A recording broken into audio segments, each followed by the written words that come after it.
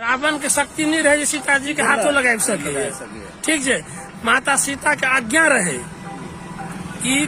की भेलै जखन माता सीता के एठन से जनकपुर से विवाह विदा भ जखन अवधपुर में गेले, अयोध्या में जखन गेले तो कोबर घर में हुनका अन्न दल के खायला भोजन करा नव कन्या के खीर बना के दै छिन तेना देलथिन। सीता जी कहलथिन जो ओहि अन्न में ब्राह्मण हत्या के दोष लागल छे, ई अन्न हम नहीं खाइ सके, हम ब्रह्म हत्या के भागी भऽ जाए, ब्रह्म हत्या के पाप हमरो लग जाए।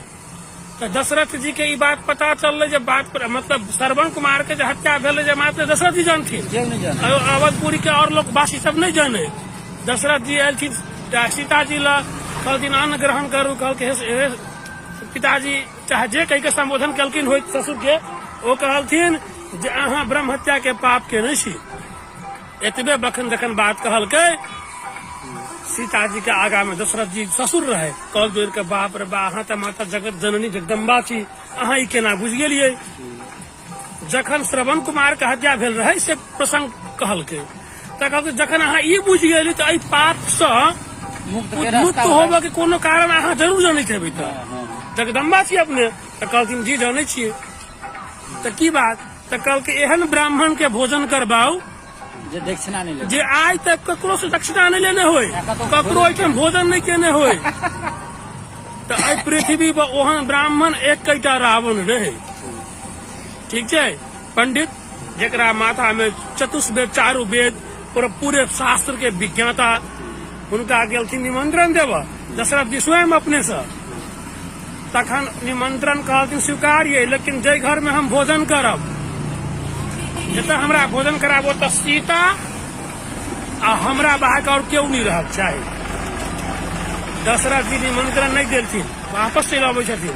सीता जी से ई बात पूछे छथिन, सीता जी कहै ब्राह्मण जे छै से पिता तुल्य होइ छै, अहाँ निफिकिर दियौ, हम ही रहबै रावण रहतै घर में, बुझलियै। तखन सीता पुत्री के रिश्ता फेर दोबारा कथी कहै छै अहाँ के लऽ गेलै निमंत्रण दिल के, निमंत्रण स्वीकार भेलै, रावण एलै, सीता 56 प्रकार अपने हाथ से अन्न ग्रहण भोजन बनेलथिन रावण के लेल। आ घर में मात्र सीता रहथिन आ रावण रहे। जेना एकटा परमेश्वर के पिता तुल के बैसल के आसन पर पंखा डोलाबैत रहे छै, भोजन कराबैत रहे छै, केना करथिन सीता। तऽ कहलथिन हे रावण आब अहाँ भोजन करू। तऽ कहलथिन हे माता ई कैला अहाँ कथी कहै छी भोजन करबाबै छी, हम नहीं जानै छियै, हमहूँ जानै छियै। कैला हम भूत भविष्य वर्तमान के सबके हाल जाने वाला हमहूँ ब्राह्मण छी। अहाँ अपना कुल के उद्धार करै छी ब्रह्म हत्या के पाप से कटऽ के लेल, तो अहाँ के कुल के उद्धार हम कऽ दिय आ हमरा कुल के उद्धार के करतै। जे पूर्व में पार्वती अही के जगदम्बा रूप पार्वती श्राप देने छी जे लंका में विनाश के कारण भऽ जेतै, राक्षसी कुल भऽ जाइ छै, तो राक्षसी कुल के उद्धार फेर केना हेतै। तो हमरा वचन दिया जहू हमरा कुल के उद्धार करब। ई बात जखन कहलथिन सीता जी कहलथिन ठीक छै, किछ समय के बाद हमरा सबके वनवास हैत, हम हमरा अहाँ ओहिठाम जाकर हम लंकापुरी में जाब, अहाँ के पूर्ण वंश के उद्धार हैत।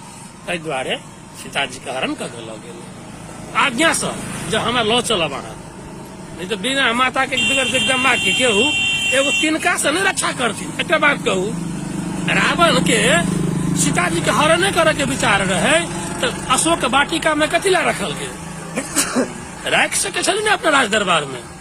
लेकिन रावण ई बुझथिन जब माता सीता जे छथिन अखन जे वनवासी रूप धारण केने छै, हिनका हम जे राज दरबार में लाए छियै तो राम के साथ इहो से लेने छथिन वनवास तपस्वी रूपिणी, हिनकर प्रतिज्ञा टूटि जेतै। ताहि दुआरे अशोक वाटिके में राखल जाए, बुझलियै ने। ओ तो अपना उद्धार बहुत बड़का बात सब छै,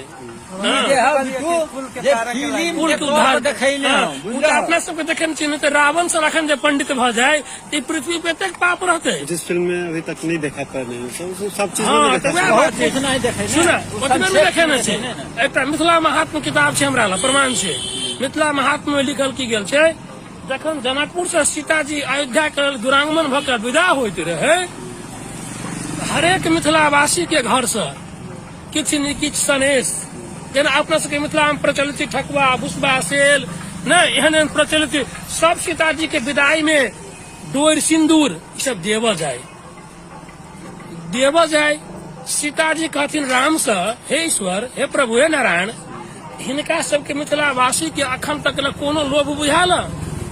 आइ हम माता जगदम्बा छियै जे हम लोग के दै छियै, हमरा से आइ किछु मांगक चाही, हम आइ जा रहल छियै मिथिला में, आब दोबारा हम नहीं अबै, लेकिन आइ मिथिलावासी के हमरा से मांगक चाही। तै सट्टा में देखियो मिथिलावासी किछु ने किछु देबे अबै छै, से ई निर्लोभी छै। हाँ, हिनका उद्धार केना हेतै से हमरा उपाय कहू। सीताजी डोली में बैस गेलै। रामायण में दूटा शब्द एक बेर लिखल छै, भूप सहस्त्र 10 एकहु बारा।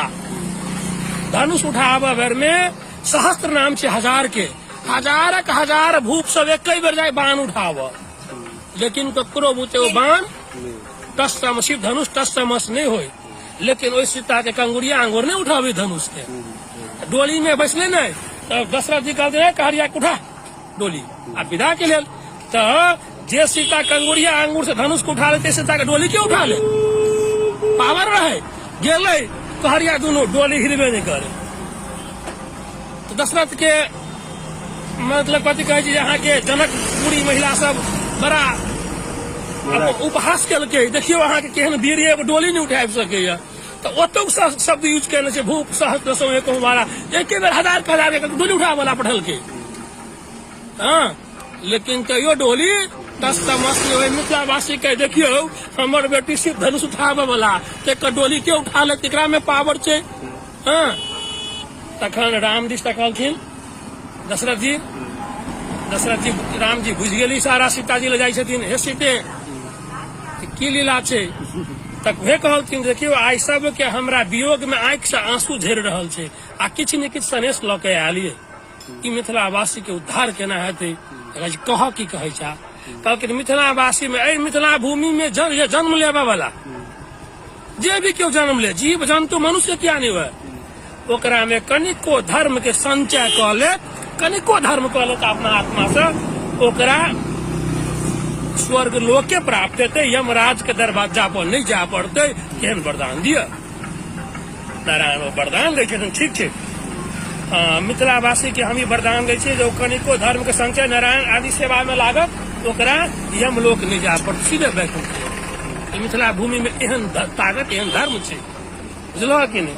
और बहुत बात है जे रामायण तो टेल सीरीज है, रामायण तुलसी बाबा के रामायण लिखल, वाल्मीकि जी लिखल छथिन, तो उ तो अपना सबके जे रामानंद सागर सब जे बना के देन, टेलीकास्ट फिल्म छै, पूरे समय के नहीं सकै छै वो भाव में एते देखाबे छै लोग के, आदमी के किताब में आ टेली सीरीज में बहुत आकाश आ पाताल के फर्क छै। टेली सीरीज की होय छै तो डायरेक्ट मस्तिष्क पर अटैक करे छै, आदमी के बुझे में बहुत इजी भ जाय छै, आ पढ़ के शब्द के अनेकों अर्थ होय छै, कतेक विद्वान की अर्थ लगाबै छै, वो अलग अलग अर्थ के बात होय छै ने। अपन मानु शास्त्र में कोनो चीज लिखल छै, ओकर भावार्थ बहुत प्रकार के होय छै, विद्वान अपना अपना ढंग से अपना अपना तरीका से ओकर तर्क लगाबै, लेकिन तो विद्वान लगा सकैया।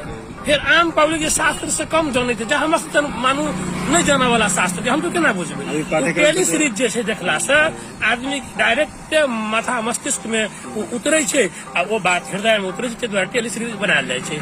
टेली सीरीज में देखायल बात सत्य छै, और बाकी जे किताब के रचना में जे छै नहीं तेहन कोनो बात नहीं छै, ओहो नीक छथिन, ओहो देखेने छथिन जे आदमी केना ई तरीका से बुझे, ओतबे ओ देखेलथिन। लेकिन इहो सब रामायणे के अंश सब छै, ठीक छै।